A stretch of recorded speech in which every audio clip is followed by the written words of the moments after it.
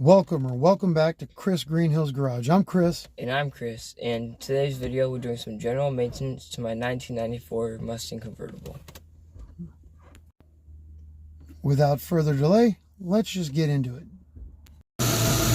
Convertible's not running very well again. And you can see here, if I can get on target, that cylinder, when I can hold on target, this cylinder, yeah, I got two cylinders, number 2 and 3, at half temperature, and yes, I am getting them right on the header. So I'll have to address that when the engine's cold again. Might be broken spark plug wires, or maybe the head gasket is an issue. I'm going to start my day by swapping out these two spark plug wires on cylinder 2 and 3, and hoping and praying that that's all it is two broken plug wires. I've gotten lucky lately, and some pretty big misses on a couple of other cars have just been broken spark plug wires, but these looked to be in good shape the other day. Check them again. I'm just hoping that, my two cylinders that are next to each other don't happen to be running cold, because, there's coolant in the cylinders. There's nothing obviously wrong with the spark plug wire. There are no breaks and there are no cracks. The little clip is still in there, it didn't come off on the spark plug, so that's not a good sign. Hopefully that is fixed. All 4 spark plugs on this side of the engine were hand loose. Number 2 and 3 were quite literally backed all the way out to the point they're about to fall out of the block.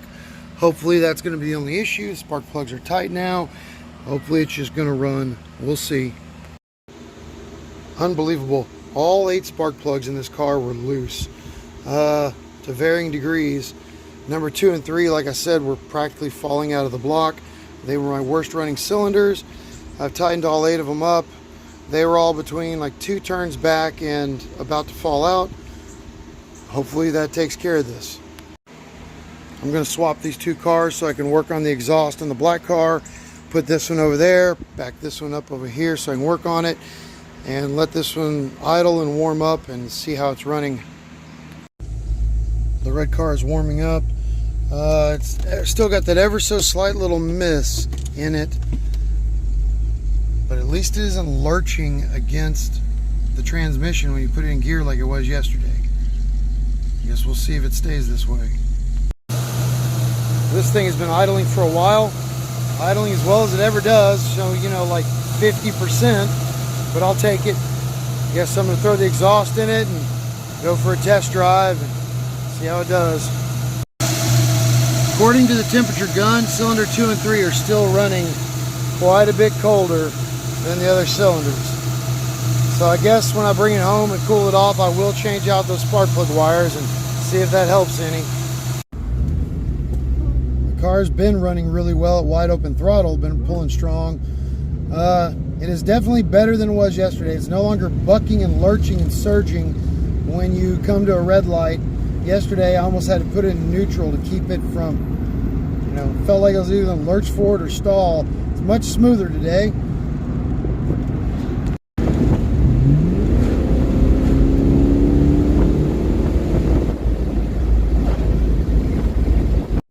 Look who's finally back from Colorado. Put him to work. It's about time. Did you enjoy Colorado, boy? Yeah, it was nice. The last thing I'm doing this week is we're going to swap out these 2 plug wires and see if that helps fix our 2 dead cylinders. If not, it's going to be a big problem. We got 2 new spark plug wires on it. New used, that we think are in pretty decent shape. We're going to put it back together, idle it up, see if it runs, and see if we get rid of that dead miss at idle. Pretty sure that is objectively worse. Alright, I think it's time for an all new set of spark plug wires just to eliminate that factor. It is 100% running much worse. So I've got a set of spark plug wires in order, but they're not going to be here for like 6 hours. So we're going to go do some other things. Alright, we got the car up in the air. We're going to inspect the front suspension and brakes. We've got some rattling and clanking and knocking sounds, and I can already spot that this is going to be a little bit of our hard knock. Yeah, we got all our bushings are cooked up here, our sway bar bushings. We're just going to get under it and inspect everything because the brakes are making a funky noise also, so we're going to take them off and make sure they're in working order other than just being rusted out. No smoking gun yet. The wheel bearings feel good. Ball joints look good. Tie rod ends look good. The sway bar bushings are pretty well cooked all the way around their factory. But we had a noise, we had a rattle and a metallic clink and a vibration in this front side. And I thought maybe a wheel bearing was out or something was really wrong over here, but I'm not seeing anything. There's nothing really leads me to believe anything's going on over here. I expected to find some loose equipment, some loose, maybe it's that. Both sides are this loose. Seems excessive. Doesn't mean it's right or wrong, I'm not sure. But we're going to take this apart and just see if we can put it back together tighter and see if it helps. I just spotted that. We definitely have control arm bushings that are cracked and rotted out. So that might be some of our problem. No, yeah. 31-year-old bushings, rubber, have not survived 31 years. Who would have guessed? Found some open vacuum tube just sitting down here, disappears up into the fender liner. I guess we'll have to figure out where that goes. That might be some of our problems. Here lately the brakes felt a little soft. They don't even start to engage till halfway down, and they really don't stop the car till all the way down on the ground. They're working competently, but they're not good. So we're gonna bleed the brakes a little bit while we're here. Got one big giant air bubble out of the front driver's side when we first started bleeding them, and nothing after that. So we're gonna see if we can feel any difference in the pedal. We jacked up the car back to ride high. We put the jack under the control arm, lifted it up. There's nothing loose, there's nothing rattling. Wheel bearings feel tight. Brake system feels tight once you pump them up. I'm really confused because there's a metallic jangle and a rattle usually when you use the brakes, but I don't see anything. I can't find anything wrong under here that's making all that sound. Even those worn out control arm bushings don't look so bad that they're making that much noise. Other than a massive rear main seal leak, which I cannot explain how massive that leak is. Everything else under here looks normal. I cannot find the rattle and the jingle and the jangle under here. The engine mounts look okay, especially for 31 years old. The suspension looks surprisingly tight despite the cracking sleeves in them, the bushings. The exhaust looks surprisingly tight. I can't find anything under here that would be making any noise. No smoking gun anywhere. It is so weird. And we definitely have some rattling and jingling and clanking when we start driving. Very confused. I discovered something interesting. This is loose. When I twist it this way, the idle dips a lot. I believe that's our throttle position sensor going down, almost stalling. I dial it, turn it just this way, just a little bit, just tilt it, and the idle shoots up and down. So I've got to get that dialed in somehow.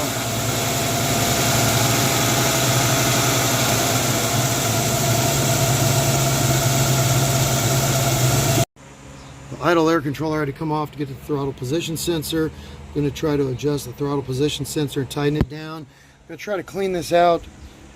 It looks like it's fine. We've got an extra one here that wasn't working any better, we don't think. But I noticed when I would plug this in and unplug it, absolutely nothing would change. So clearly this isn't doing what it's supposed to do. I have two of them here. Mechanically, The plungers seem to be working the same on both of them. Seem like they should both function. I guess I'll go ahead and put the old one back on and see if it works when you plug it and unplug it. Let's see if that'll hold a steady idle at all. I've discovered something. If you unplug the number 1 fuel injector, the idle drops, the engine gets a little shakier. Smooths out a little bit when you plug it back in. When you disconnect the number 2 fuel injector, nothing really happens. Plug it back in, nothing really happens. I can feel the engine pretty much the same. I'm not sure it's firing. Can't reach the other ones. We may have a couple of dead fuel injectors, which might explain the dead cylinders. It's a couple hours later. We cooled off the engine. We have new plugs and new wires. We're going to put them in. I'm going to crawl into the car and put a new fuel filter in this thing. Chris Jr. is going to start on the wires, pull the EGR, do all the things. Finally found the fuel filter. Man, they went out of their way to hide this thing from us. That's annoying. I have never gotten wet like this before changing a fuel filter. This is pure insanity, and look at this sludge coming out of this thing. It's just pouring black everywhere. So I don't know how old this thing is, but there's some nastiness in the back of this fuel tank somewhere. That's not good. I've never gotten soaked like this. This thing hadn't run in hours. Been sitting here, and there's just this filter's completely full of gas. It's all black sludge. You can see it. My arm was clean before I started this. Now that I have gasoline in my eyes and all over my face and down my arm and down my back and all over my clothing, I can start helping Junior with the spark plugs. I have no idea what this bracket in the back of the alternator did other than stab us a lot, but it's gone. And hopefully in the next couple of weeks the whole EGR system and the air pump will be gone also. Then we can actually change spark plugs and spark plug wires like normal human beings again. Everything is done, everything is back together. Now to see if it starts and idles any better.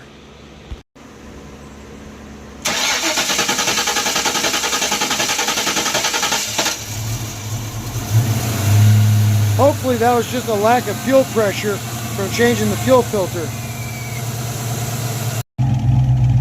We still have our ever so slight miss out the back, of course.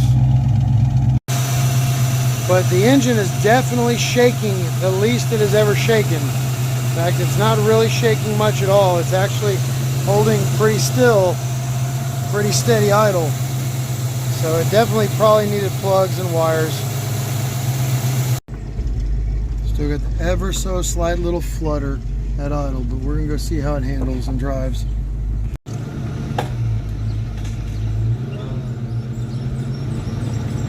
Still got a squeaking sound when we start driving. Don't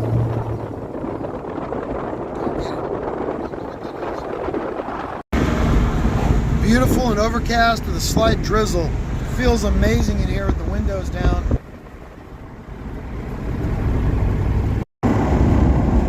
Definitely have a vibration in the rear end. I think that is that exhaust hanger riding on the frame. Give it a little gas and it goes away.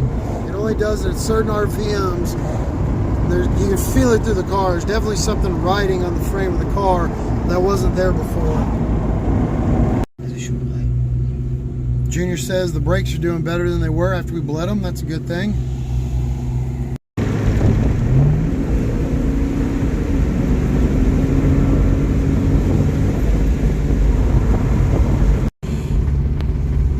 We have developed a nasty vibration in the driveline somewhere.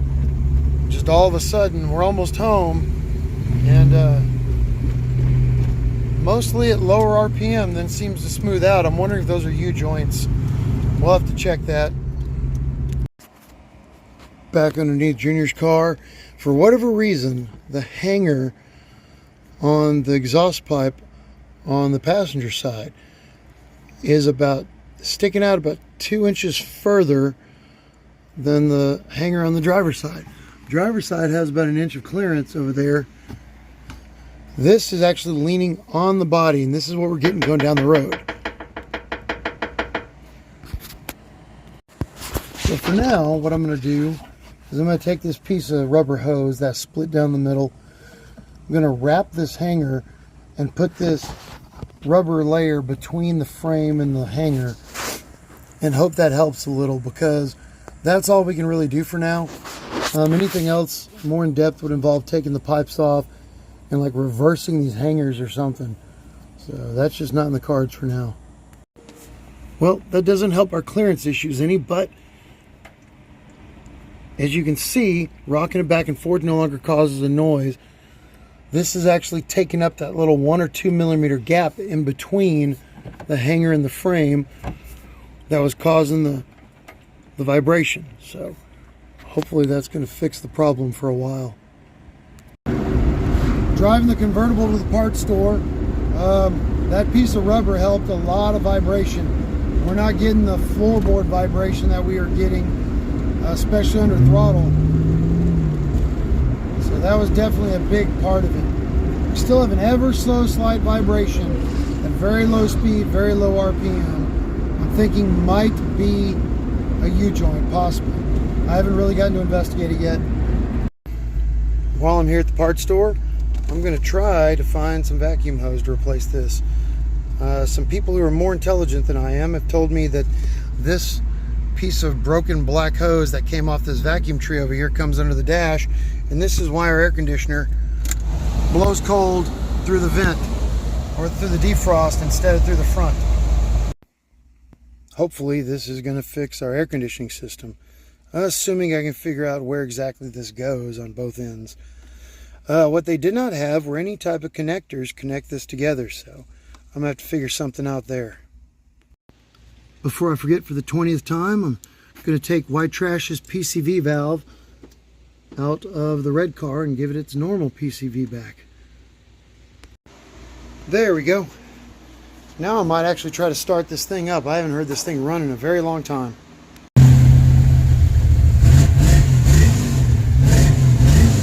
Ah, it's so good!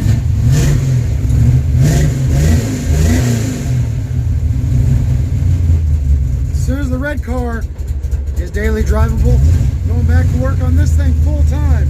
Why won't you idle? Just because it's been a month? Stop it! Much better.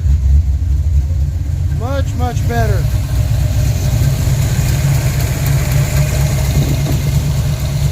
So this is that vacuum line we capped off because we didn't know what it was for, where it went. And my guess is it went right through this little bitty tiny hole in the firewall. Now I got to figure out where it goes inside the cab. Oh yeah, this will be fun.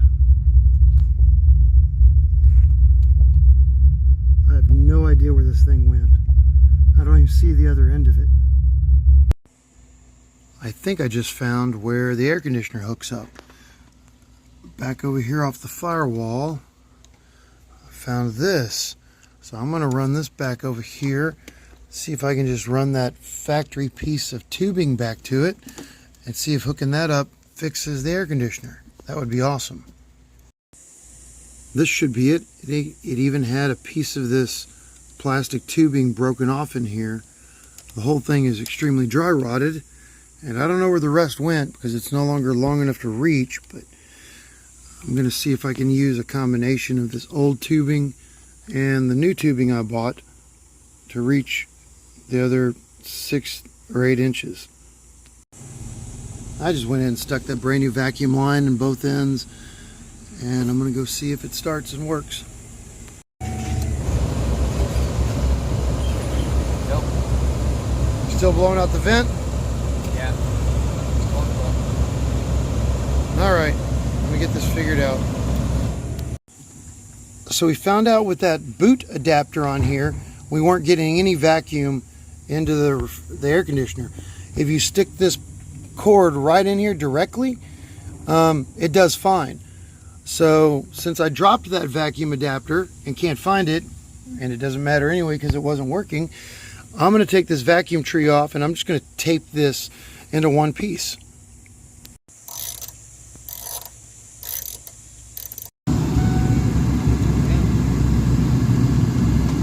Oh, it would help if I open the vent. Oh yeah, We need a new vent over here. Oh yeah, that's great. We have air conditioning again. Yay! Very cool. Now we got to fix some vents. Got this air vent apart. Got it functioning again. So hopefully we can adjust the air conditioning on this side. We're sitting in the convertible with the top up and the windows up, and we are getting very, very cool. It is definitely cooling off in here really, really well. So we're going to let it run a little while and see if the air conditioner maintains pressure. Then we're going to drive it for a little while and see if it still maintains pressure. The air is conditioned and cold.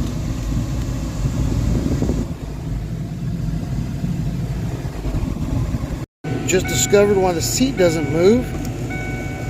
It is disconnected back here and possibly broken. I'm going to take the seat out and see if I can get this fixed. The motor has power. Let's see if we can get this thing going. Alright, go get. You have got to be kidding me. That is the bolt. Without the seat working, you can't expose the bolt to get the seat off, to get the seat working.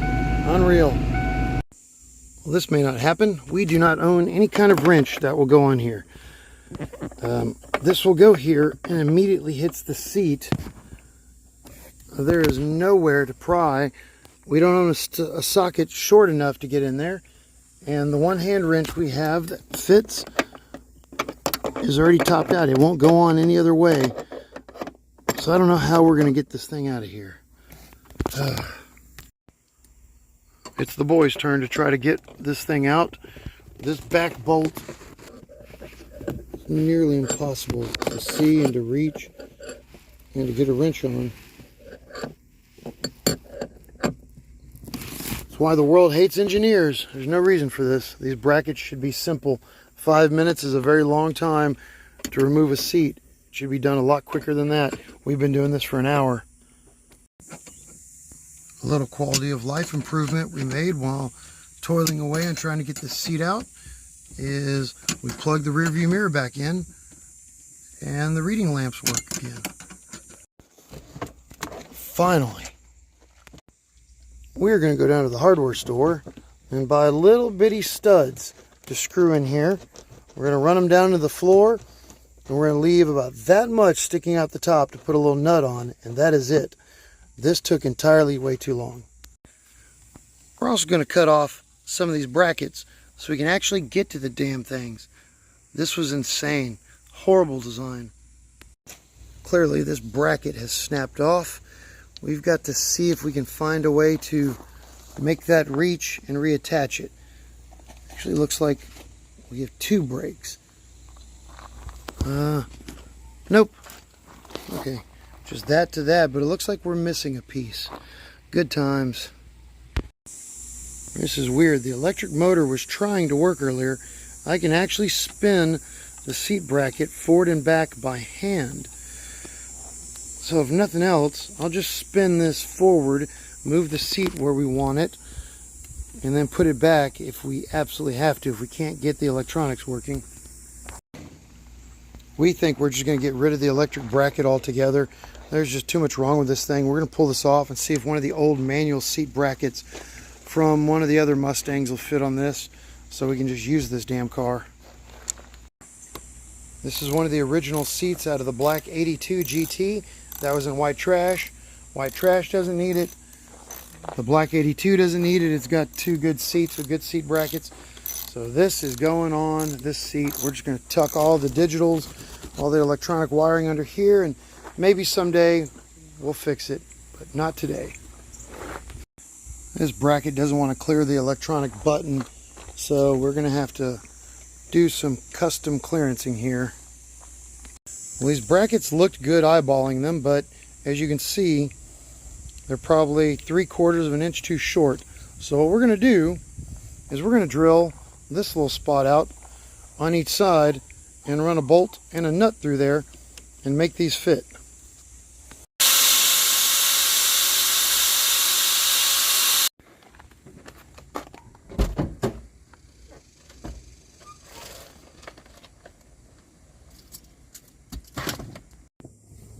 This is how easy this is with the proper manual brackets in here.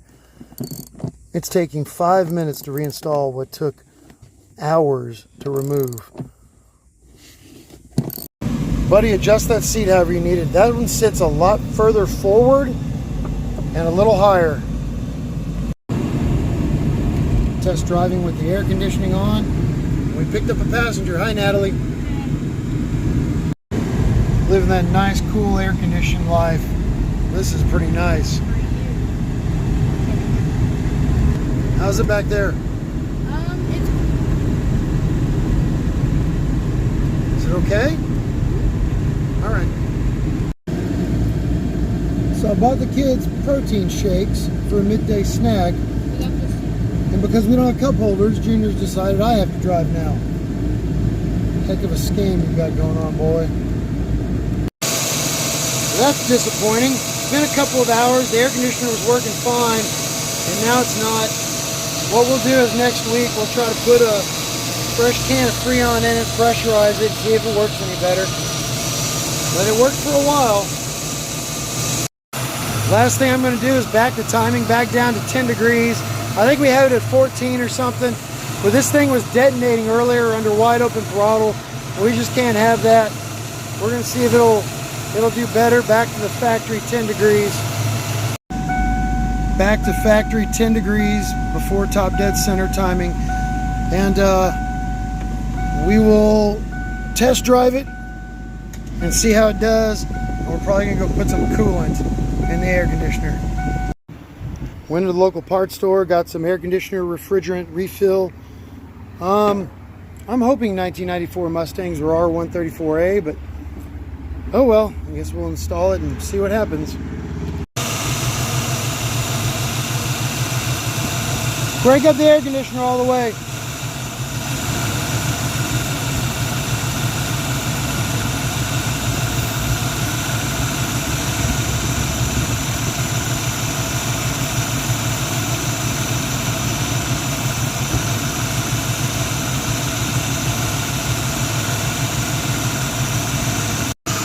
When he's giving this thing gas, it's going real low on the gauge. I don't remember if that's normal or not.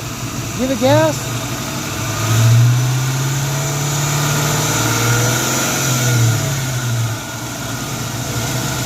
Now it's showing filled. Oh, now it's showing overfilled. That isn't good.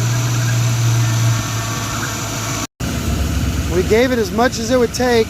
Hopefully at least the stop leak in this stuff will stop us from leaking any more coolant out. The last thing I need to do, and arguably the most important, is the windshield wiper motor, which I cannot remember, but I think it's under this. I think this all has to come off, and I can't remember how to get to it, but we're going to try to figure that out. We can't hear anything when we try to turn on the windshield wiper or the sprayer, so it kind of makes me wonder whether or not it's in the switch or not. We managed to get that dry rotted hood cowl off in one piece without destroying it. And we exposed the windshield wiper motor, the most inconvenient windshield wiper motor in all of automotive history. And now we're going to see if I can get that clip off of there and test the wiring and see if it's got power. We have no power going into the pump or the motor or whatever this thing is. So I guess I probably should have started at the fuse. According to the diagram I found online, the fuse for the windshield wipers goes right here. Do you notice anything missing? Huh. I've checked and double checked and triple checked, and apparently we just don't have one of those. Interesting. I can't help but wonder why. Junior's putting a new coat of paint on the hood cowl so it'll look somewhat decent when we put it back. New fuse, and we have power now. Let's see if it works. Huzzah! An $8 fix, my favorite kind of fix. Huzzah! We definitely need new blades. These are not going to do anything, but the windshield wipers work again. That is a victory. And it sounds like the windshield wiper sprayer works. Do it again. We might have sprayers. Awesome. Well, we figured out why they pulled the fuse from the windshield wiper motors. The windshield wipers never actually turn off. They just go to really, really intermittent. They're going to fire here again in just a second. There we go. And the switch is in the off position. We've double and triple and quadruple checked it. Oh man, that's a problem. I'm just hoping it's not drawing power when the engine is off. So with the key out, they are not pulling any power. The windshield wipers do turn off fully, but as long as the key is on, they fire every 10 or 12 seconds, which is going to be a problem. I don't know if that's a switch issue or a motor issue or what, but that's why they pulled that fuse. I'm going to take the steering column apart and see if the problem is in this momentary switch. This is loose also, so I'm going to check this out, see if I can get this windshield wiper problem taken care of without having to buy a $150 relay. Well, I got the bottom of this off. Not all that hard, but the top doesn't come off without taking that key off, which I've also discovered this. Great. Probing around in this thing, if I push in here, it turns the wipers on high. If I do this, it turns on the sprayer, runs the sprayer cycle. That's full-time power in.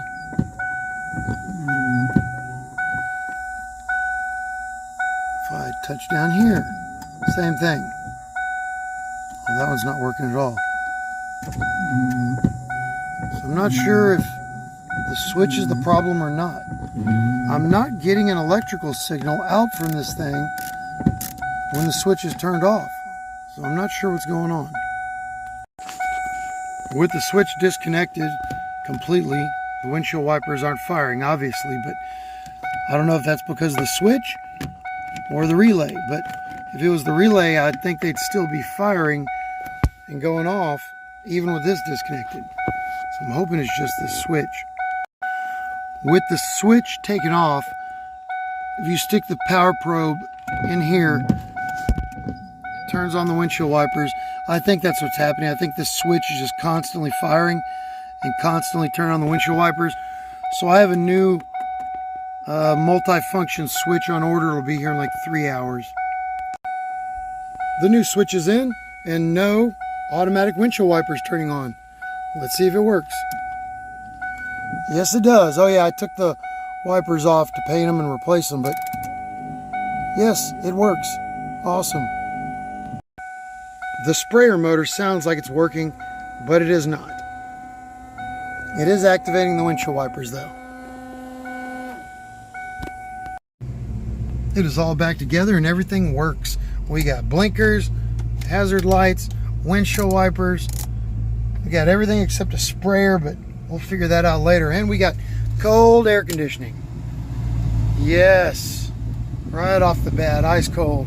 Love it. Thank you for watching. We appreciate it, and we'll be back soon with some more maintenance and suspension work.